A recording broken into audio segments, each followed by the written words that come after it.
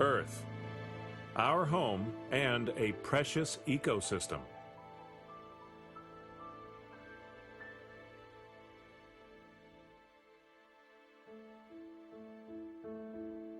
Earth's atmosphere is important to us. It provides the air we breathe and also has available nutrients we need.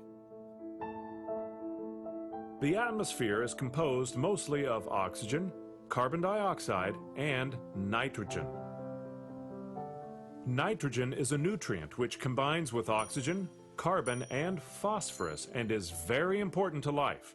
It is used to construct DNA, amino acids, and proteins, which make up living things like you and me. 79% of the whole world's atmosphere is nitrogen, but we can't use it.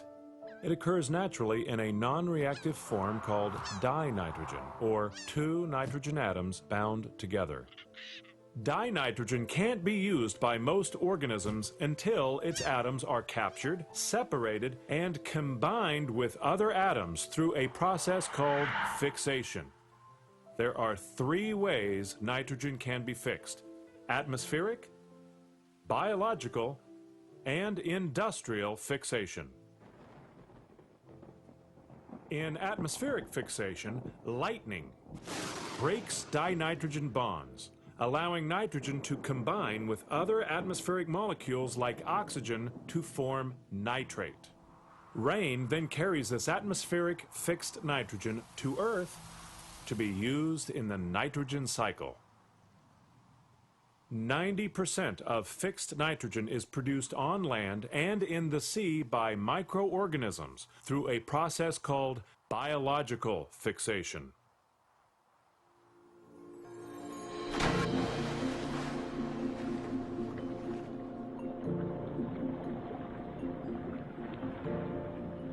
Living beneath the ocean surface is an aquatic world filled with biological nitrogen-fixing organisms called diazotrophs.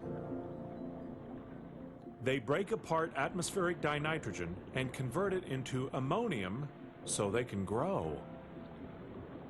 The ammonium they create can leak directly into the environment, or they can directly enter the food chain where they are eaten by other microscopic organisms. This newly available nitrogen is then moved through a chain of eaters to fish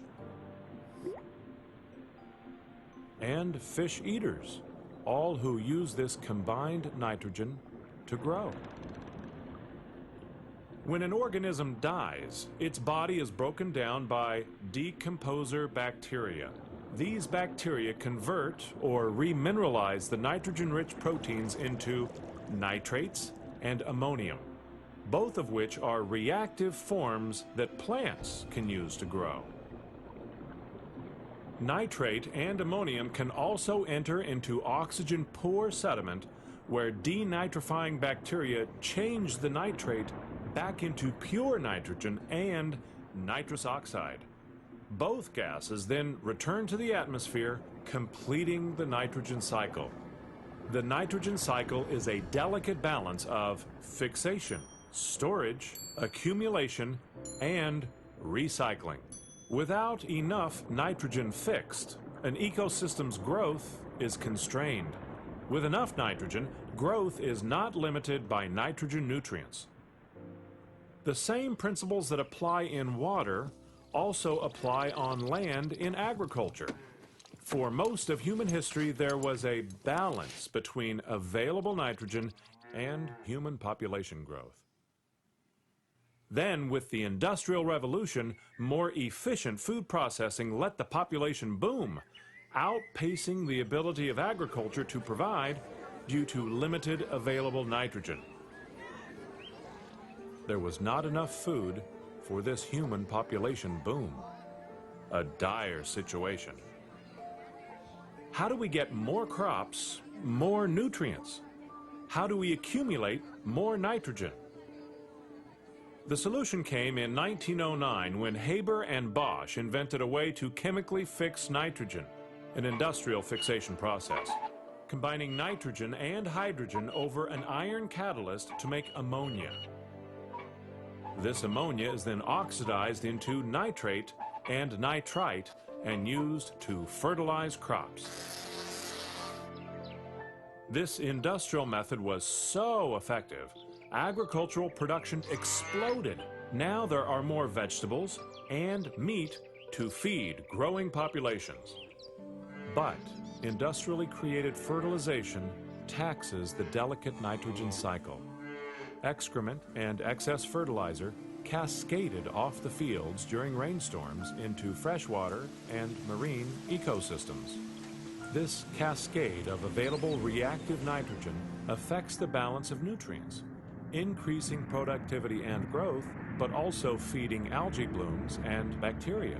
These blooms choke the environment by using up all free oxygen and suffocating animals.